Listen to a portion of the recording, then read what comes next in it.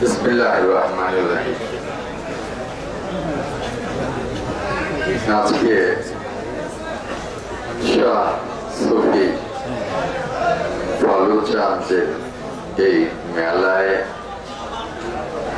বিএনপির সখীপুর উপজেলার সভাপতি বীর মুক্তিযোদ্ধা জননেতা জনাব শাহজাহান সাজু, বাসাইল উপজেলা বিএনপি সংগ্রামী ভারপ্রাপ্ত সভাপতি জননেতা মামুনুল জাহাঙ্গীর, আমার সাথে টাঙ্গাইল থেকে এসছেন টাঙ্গাইল জেলা বিএনপির সিনিয়র নেতা সাবেক যুগ্ম সম্পাদক জননেতা আবুল কাশেম সহ বাসাইল, সখীপুর, টাঙ্গাইলের বিএনপির সকল পর্যায়ের নেতৃবৃন্দ। বাসাইল থেকে এসছেন বাসাইল থানার ওসি সাহেব এবং এইখানে উপস্থিত সাংবাদিক ভাইয়েরা, শাহ সুফি ফালুচাঁদের ভক্তবৃন্দ, আশেকান ভাইরা, আসসালামু আলাইকুম। এতক্ষণ মেলা সম্পর্কে আমাদের নেতা সাজু ভাই বিস্তারিত আপনাদেরকে বলেছেন। এই শাহ সুফি ফালুচাঁদের এই মেলাটি হয় যুগ যুগ ধরে। ছোটবেলা থেকেই আমি এই মেলাটি দেখে এসছি। এই মেলাটি একটি পবিত্র মেলা। এখানে অপবিত্রতার কোন সুযোগ নেই। এই শাহ সুফি ফালুচাঁদের অনেক আশেকান ভক্তবৃন্দ আছে যারা এখানে এই মেলায় আসেন, তাদের মানত যেন পূরণ হয় সেজন্য তারা এই মেলায় অনেক রকমের আরাধনা করেন এবং শাহ সুফি ফালুচাঁদের দোয়া কামনা করেন। এখানে প্রচুর দোকানদার ভাইয়েরা সেই উপলক্ষে ব্যবসার পসরা সাজান। সব মিলিয়ে এই মেলাটি এই পুরো অঞ্চলের মানুষের একটা অনেক বড় রকমের পবিত্র উৎসবে আমেজ তৈরি করে। যে কদিন মেলাটি হয় সে কদিন এই পুরো দারিয়াপুর অঞ্চলটা উৎসবের নগরীতে পরিণত হয়। এই মেলাটিকে কলঙ্কিত করবার জন্য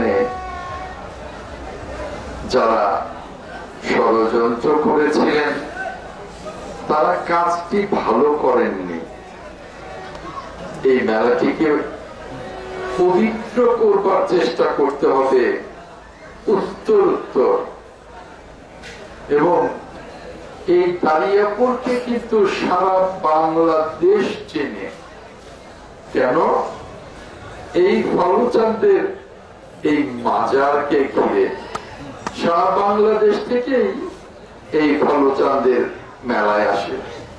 তাই আপনাদের কাছে আমার অনুরোধ, ভক্তবৃন্দ, আশেকান বৃন্দ, আপনারা এর পবিত্রতাকে বজায় রাখুন, এর পবিত্রতাকে রক্ষা করুন, যাতে করে এরপরেও যুগ যুগ ধরে পবিত্রতার সাথে এই মেলাটি চলে প্রতি বছর। আমি কিন্তু আপনাদের মাঝে এসছি অনেকদিন পরে, অনেক বছর পরে আপনারা জানেন যে একটা ফ্যাসিবাদী সরকার ছিল 17 বছর।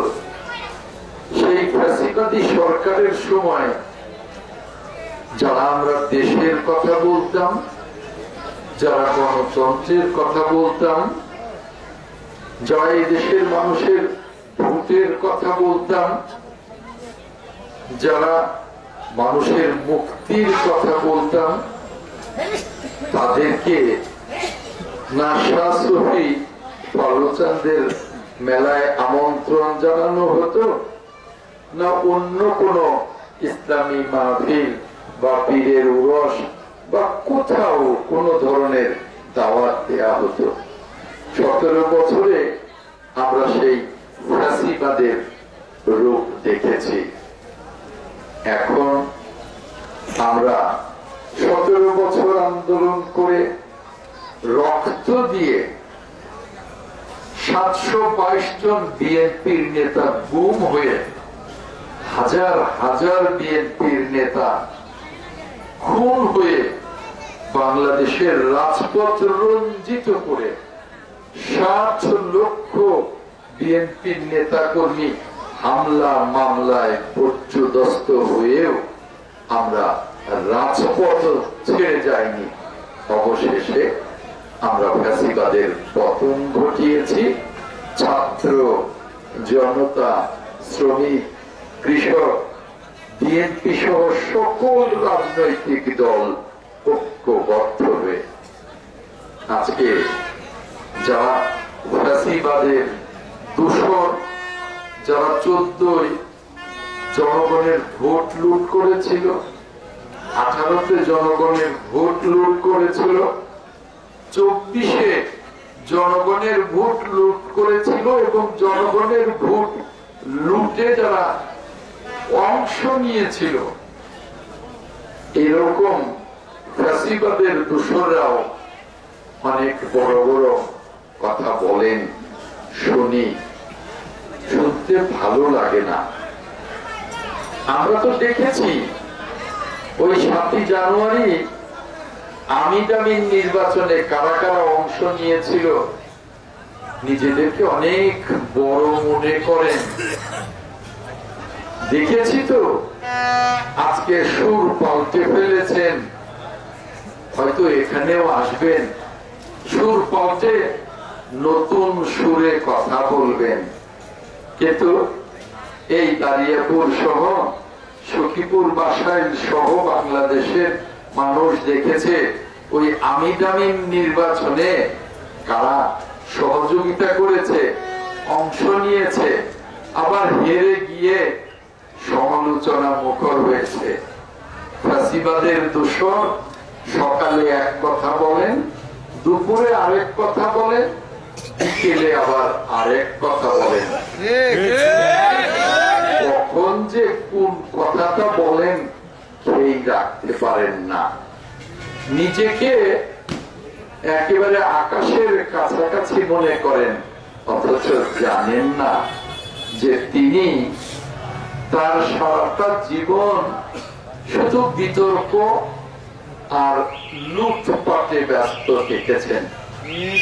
স্বাধীনতার পরে দেখেছি এই দারিয়াপুরের এই গাওগাছালায় হিন্দু ভাইদের রাতের অন্ধকারে ভারতে পাঠিয়ে দিয়ে 200 পাখি জমি দখল করে রাতে আধারে দলিল করে আমরা দেখেছি, আমরা শুনেছি, আমরা দেখেছি যে এই সখীপুরে শাহ আলম নামে এক দরিদ্র ছেলের বাড়ি কিভাবে দখল করে নিয়েছিল। আমরা তো দেখেছি স্বাধীনতার পর এই সখীপুরের সিলিমপুরে অনেক জায়গা দেখেছি। স্বাধীনতার পর দেলদুয়ারের জমিদারদের বিরাট প্রাসাদপহ জায়গা দখল করে ওই টাঙ্গাইলে জাহাঙ্গীরনগর সেবা স্মৃতি আশ্রমের নামে নিজে দখল করে নিয়েছে। কুমুদিনী কলেজের প্রিন্সিপালের জায়গা দখল করে নিয়েছেন। আর ওই মুক্তার বারাবার তার বাবা জালিয়াতি করে রেজিস্ট্রি করে নিয়েছিলেন। সেই মুক্তার বাড়ির সামনে শেখ মুজিবের মূর্তি স্থাপন করবে বলে বিরাট একটা জায়গা এই ফ্যাসিস্ট সরকার কাছ থেকে দলিল করে নিয়েছেন। স্বাধীনতার পরে ওই ঢাকার মোহাম্মদপুরে বিহারীদের একটা বাড়ি দখল করে নিয়েছিলেন ফ্যাসিস্ট সরকার। এই মাত্র সেদিন আমির আমিন নির্বাচনে অংশ নেবে এই চুক্তিতে মাত্র 1001 টাকায় রেজিস্ট্রি করে নিয়েছেন, যার সারাটি জীবন সেই স্বাধীনতার পর থেকে আজ পর্যন্ত সমস্ত সম্পদ লুটের সম্পদ তিনি আবার এই সখীপুরে এসে চটকদারি কথা বলেন। চটকদারি কথা বলে নিজেকে খুব শুদ্ধ মানুষ মনে করেন। আমরা জানি তার ভেতরে কি আছে। কোন একটা প্রমাণ দিতে পারবেন না তার সম্পদ কোনটা সহি হালে কেনা আছে। সবই তো দখল এবং লুটপাটের ফসল আমরা জানি। অতএব এই ধরনের চিহ্নিত দালাল, চিহ্নিত ফ্যাসিবাদের দূষণদেরকেও আমার দাঁড়িয়াপুরবাসী আর শাহ সুফি এই ফালুচাঁদের ভক্তরা আশেকানরা চিনে রাখবেন। একেবারে বিরাট ঐরাপদের মতো মানুষ হলেই আর চাবিয়ে চাবিয়ে কথা বললেই কথা সত্য হয়ে যায় না, কথা সত্য হয়ে যায় না। আমরা দেখেছি তার সারাটা জীবন মিথ্যার বেশাতি করে লুট তরাজ করে নিজেকে দাঁড় করিয়ে রেখেছেন। ইদানিং শুনি বিএনপির বিরুদ্ধেও কথা বলা শুরু করে দিয়েছেন। আরে বিএনপির বিরুদ্ধে কথা বলবেন যে বিএনপির বদৌলতে আজকে এখানে দাঁড়াতে পারেন ফ্যাসিবাদের দূষণ হয়েও। আমরা দেখেছি যে সারা জীবন কিরকম মানুষের সাথে প্রতারণা করেছেন। ওই বনের যে অধ্যাদেশ হয়েছিল 82-তে 87-তে যেটা আইন করে বন বিভাগের লোকজন এই সখীপুরের মানুষদের অত্যাচার নির্যাতন করে, তিনি বড় করে বলেছিলেন আমাকে ভোট দিলে আমি সেই কালো আইনের পাতাটা ছিঁড়ে ফেলবো। ওই সখীপুরের মানুষ তো আপনাকে বিশ্বাস করে ভোট দিয়েছিলেন। ওই সেই কালো ওই বনের কালো আইনের পাতা তো ছিঁড়বেন দূরের কথা, সংসদে একটি বারের জন্য ওই কালো আইন সম্পর্কে তো একটি বক্তব্য আপনার মুখ থেকে শোনা যায়নি। চটকদারি কথা বলে সামনে নির্বাচন, ভোটের আশা করছেন, লজ্জা করে না? আমির আমিন নির্বাচনে যখন শেখ হাসিনার কাছ থেকে মোহাম্মদপুরের বাড়ি আর টাঙ্গাইলে কুমুদিনী কলেজের প্রিন্সিপালের বাড়ি আর মুক্তার বাড়ির সামনের জায়গা, এই সমস্ত কিছু যখন রেজিস্ট্রি করে নিয়ে মাথা নত করে গোলামের মতো ওই 7 জানুয়ারির আমির আমিন নির্বাচনে অংশ নিলেন, লজ্জা করে না? এখন আবার সখীপুরবাসীর কাছে আসেন ভোট চাওয়ার জন্য। সখীপুরবাসী এই শাহ সুফি ফালুচাঁদের আশেকান ভক্তবৃন্দ আপনাদেরকে জানিয়ে যাই, এদের মতো মিথ্যুকেরা, এদের মতো প্রতারকেরা বারবার আপনাদেরকে প্রতারণা করে ভোট নিয়েছে, বারবার আপনাদেরকে ফাঁকি দিয়ে ভোট নিয়েছে। আপনাদের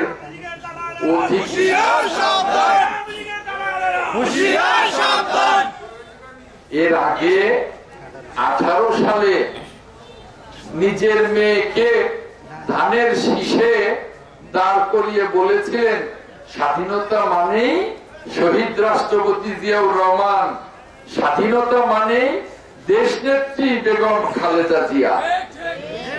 এখন আবার কি বলেছেন জানেন? ওই আমিন আমিন নির্বাচনে বলে আমার বোন শেখ হাসিনার জন্য জীবনটাও দিতে পারি। রেকর্ড আছে, দেখেননি, শুনেননি? আবার এখন কি বলে জানেন? বলে শেখ হাসিনার দেশটাকে ডুবিয়ে গেছে। অর্থাৎ এই ধরনের প্রতারকেরা সকালে এক কথা বলে, দুপুরে আরেক কথা বলে, বিকেলে আবার আরেক কথা বলেন। কোন কথা বললে জনগণকে ভুলানো যাবে এই ধরনের প্রতারকরা তা ভালো করে বুঝেন এবং জানেন। অতএব আমার শাহ সুফি ফালুচান্দের প্রিয় ভক্তবৃন্দ, প্রিয় আশেকান বৃন্দ, প্রিয় দারিয়াপুরবাসী, আপনারা এই ধরনের প্রতারক থেকে সাবধান। ওই আওয়ামী লীগের দালালেরা হুঁশিয়ার সাবধান, দালালিয়ার করিস্তারে আওয়ামী লীগের দালালেরা হুঁশিয়ার সাবধান।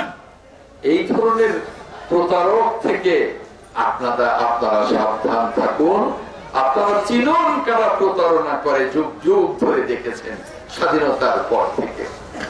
শেষ কথাটি আজকে এই শাহ সুফি ফালুচান্দের মাজারে ভক্তবৃন্দের কাছে এবং প্রিয় দারিয়াপুরবাসীর কাছে বলতে চাই, ইদানিং বন বিভাগের লোকজন মাইকিং করেছিল মাসখানেক আগে, যে মাসখানেকের কাছাকাছি হবে, যে তারা ওই আটিয়ার বন অধ্যাদেশ অনুযায়ী সখীপুরবাসীর বাড়ি ঘর থেকে তাদেরকে উচ্ছেদ করবে।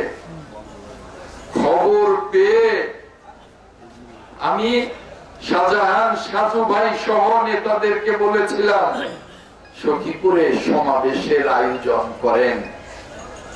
সমাবেশের আয়োজন করেছিলেন। আমি সেখানে স্পষ্ট বলে দিয়েছি, হুঁশিয়ারি উচ্চারণ করেছি হাজার হাজার সখীপুর বাসীর সামনে, যে সখীপুরবাসী প্রস্তুত হন। আমি অ্যাডভোকেট আহমেদ আজম খান, আমার দল বিএনপি, শাহজাহান সাজুদের মতো নেতারা এক বিন্দু রক্ত থাকতে বন বিভাগ সখীপুরের একটি বাড়ি উচ্ছেদ করতে পারবে না, নির্যাতন করতে পারবে না।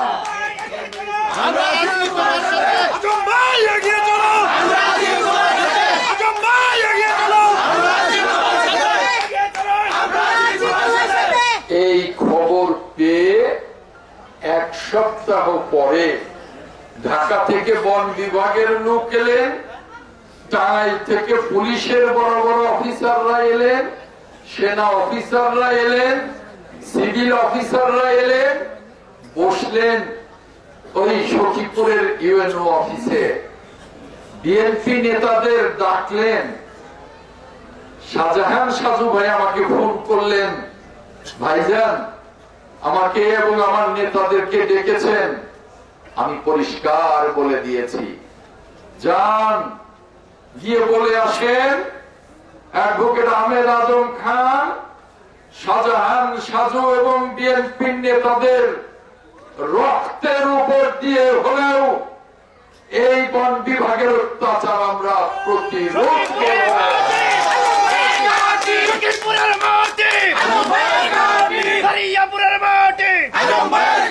এখানে আমরা পরিষ্কার বলেছি ওই আইনটি কালো আইন। এই সখীপুরের মানুষ যুগ যুগ ধরে, শত বছর ধরে এই সখীপুরে বাস করে জমিদার থেকে পত্তন এনেছিল আমাদের পূর্বপুরুষেরা। এই জমিতে আগে খালিজ খাজনা নেওয়া হতো। 82-তে স্বৈর শাসক এসে কালো আইন করে আমাদের এই বসত বাড়ি, আমাদের এই চাষের জমি সবকিছুকে অবৈধ করবার চেষ্টা করেছে। তখন থেকে আমি বিএনপি নেতাদেরকে নিয়ে আন্দোলন করে যাচ্ছি। আমার নেতারা সমস্ত কিছু যখন বুঝিয়েছে, তখন ওই কর্মকর্তারা বলেছে কথা তো ঠিক, কিন্তু আইনটি যে আছে।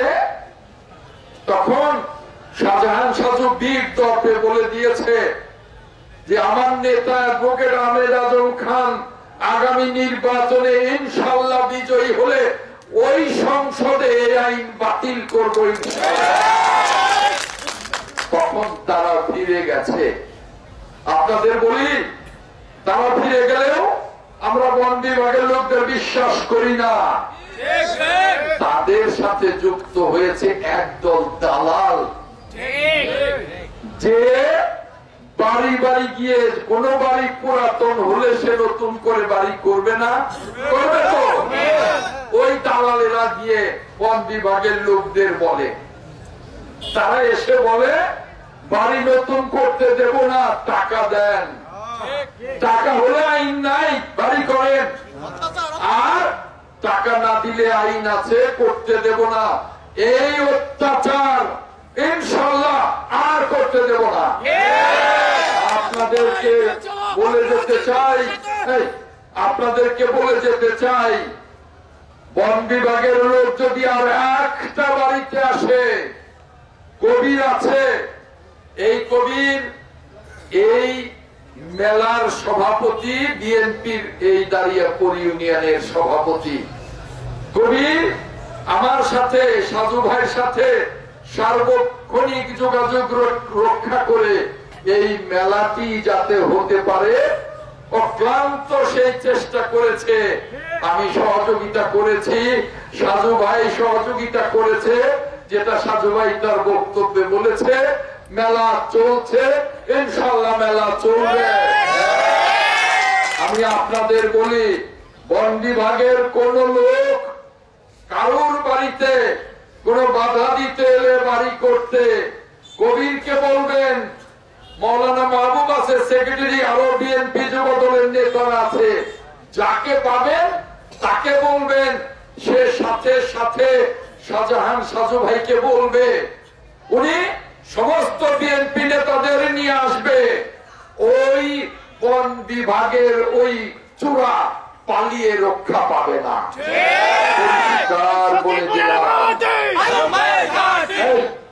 পরিষ্কার বলে দিলাম আপনাদের কাছে, আপনাদের পাশে ছিলাম, কোনদিন প্রতারণা করিনি। আপনাদের পাশে ভবিষ্যতেও থাকবো। কোনদিন ইনশাআল্লাহ আমি এবং আমার দল বিএনপি কোন প্রতারণায় যাব না। যদি আপনাদের ভোটে এমপি নির্বাচিত হতে পারি, এই শাহ সুফি ফলুচাঁদের মাজারের সামনে দাঁড়িয়ে কথা দিচ্ছি, এই কালো আইনটি বাতিল করে এই দীর্ঘ 40 বছর 42 বছর যাবৎ যে কষ্ট সখীপুরের মানুষ করেছেন, তাদেরকে চিরদিনের জন্য শান্তি দেব এই কষ্ট থেকে ইনশাআল্লাহ। এ কথা বলে আপনাদের সকলকে অনেক অনেক ধন্যবাদ জানিয়ে ফালুচাঁদের এই শাহ সুফির রহমত, আল্লাহর উপর রহমত বরকত নাজেল হোক এই মাজারে, আমার প্রিয় দাঁড়িয়াপুর বাসীর উপরে আল্লাহ রাব্বুল আলামিনের রহমত বরকত নাজেল হোক। এই কথা বলে আজকের মতো আপনাদের কাছ থেকে বিদায় নিচ্ছি। সকলকে অনেক অনেক ধন্যবাদ। আল্লাহ হাফেজ। আসসালামু আলাইকুম।